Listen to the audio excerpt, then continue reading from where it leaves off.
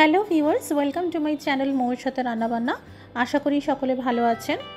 অনেক দর্শক বন্ধুরাই আমাকে ওয়েট লস এবং স্বাস্থ্যকর রেসিপি শেয়ার করতে অনুরোধ করেছেন, তাই আজকে হাজির হয়েছি ডালিয়ার এই খুবই হেলদি রেসিপি নিয়ে। এইভাবে একবার বানাতে পারেন। এইভাবে বানালে ডালিয়া খেতে এত ভালো লাগবে, যে পছন্দ করে না সেও খাবে। আজকের রেসিপিটি ভালো লাগলে একটি করে লাইক দিয়ে অবশ্যই শেয়ার করে দেবেন।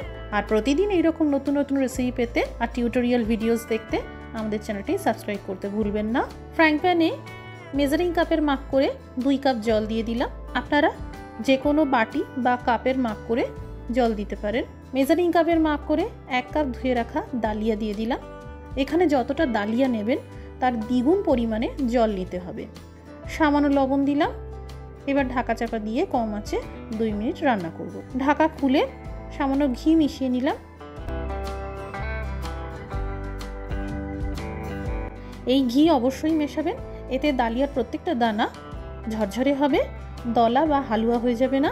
এবার আঁচটা বন্ধ করে দিলাম আর এইভাবে ঢেকে রেখে দিলাম 5 মিনিটের জন্য। এতে ডালিয়া সেট হয়ে যাবে।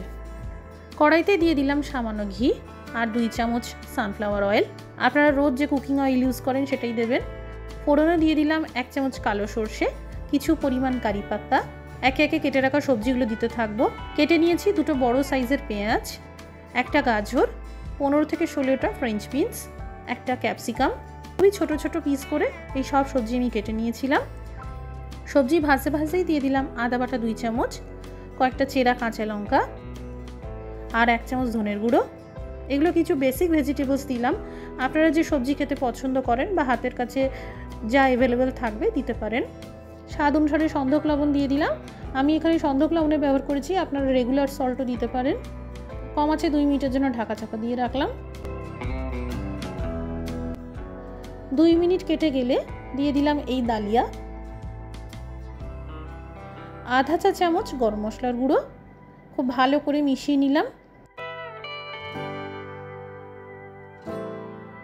এবার আঁচটা বন্ধ করে দিয়ে 1 চামচ পাতিলেবুর রস দিয়ে দিলাম। মিশিয়ে নেব কুচানো ধনেপাতা। এই ধনেপাতা অবশ্যই দেবেন, খুব সুন্দর লাগে খেতে। তৈরি হয়ে গেল ডালিয়া দিয়ে এটি স্বাস্থ্যকর রেসিপি। নাস্তা বা জলখাবারে অথবা লাঞ্চে এই ডালিয়া এইভাবে বানিয়ে খেতে পারেন। বাচ্চা থেকে বয়স্ক সবাই খেতে পারবে আর ভীষণ টেস্টি খেতে হয়। আজকের রেসিপিটি দেখার জন্য অসংখ্য ধন্যবাদ। সবাই ভালো থাকুন, হেলদি থাকুন।